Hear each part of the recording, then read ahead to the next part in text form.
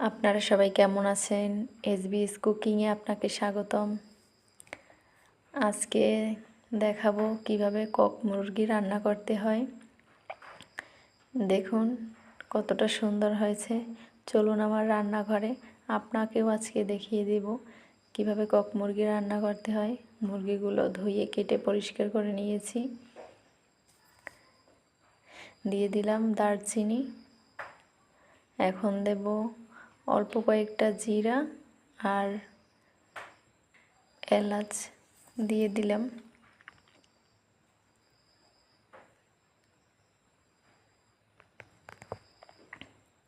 এখন দিয়ে দেব পেঁয়াজ কুচি, রসুন কুচি।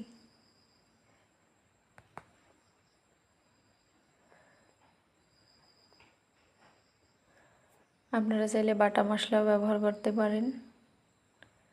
দিয়ে দিলাম আদা বাটা, হলুদ গুঁড়ো,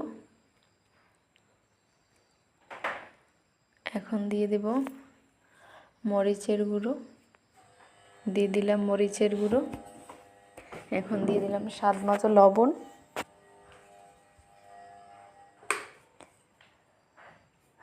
আপনারা যে যতটা পরিমাণ ঝাল খাবেন ততটাই দেবেন। দিয়ে দিলাম তেজপাতা।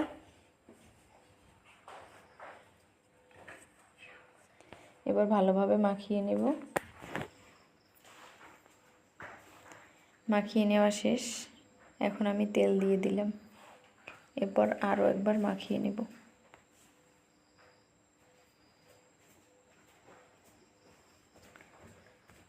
মাখিয়ে নেওয়া হয়ে গেলে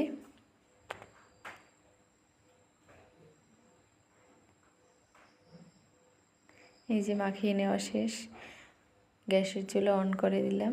এরপর মুরগিগুলোকে ভালোভাবে কষিয়ে নেব।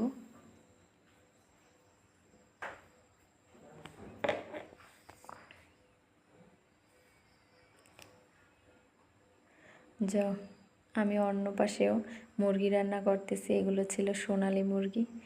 এগুলো আপনাদের সাথে পরে একদিন রেসিপি করে দেখাবো, কিভাবে সোনালী মুরগি রান্না করতে হয় দেখিয়ে দিব।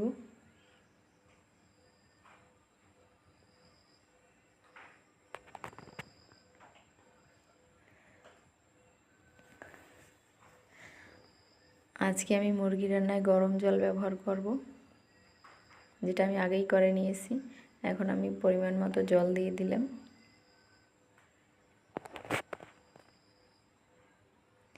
আপনারা ভালোভাবে মুরগিগুলো রান্না করবেন।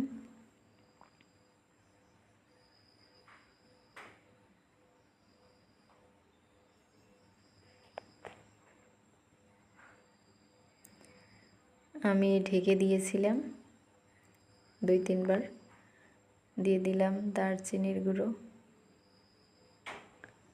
এই যে দারচিনির গুঁড়ো, সরি আমার একটু ভুল হয়েছে, প্রথমটা ছিল জিরার গুঁড়ো। এখন দিয়ে দিচ্ছি এলাচের গুঁড়ো। এবার একটু ভালোভাবে নেড়ে চেড়ে দিলাম।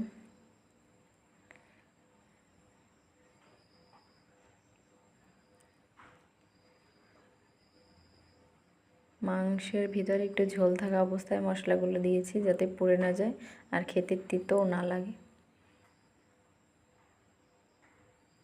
দেখুন আমার মাংস রান্না মোটামুটি হয়ে গেছে। এখন আমি নামিয়ে নেব। এই যে রেডি হয়ে গেল কক মুরগি।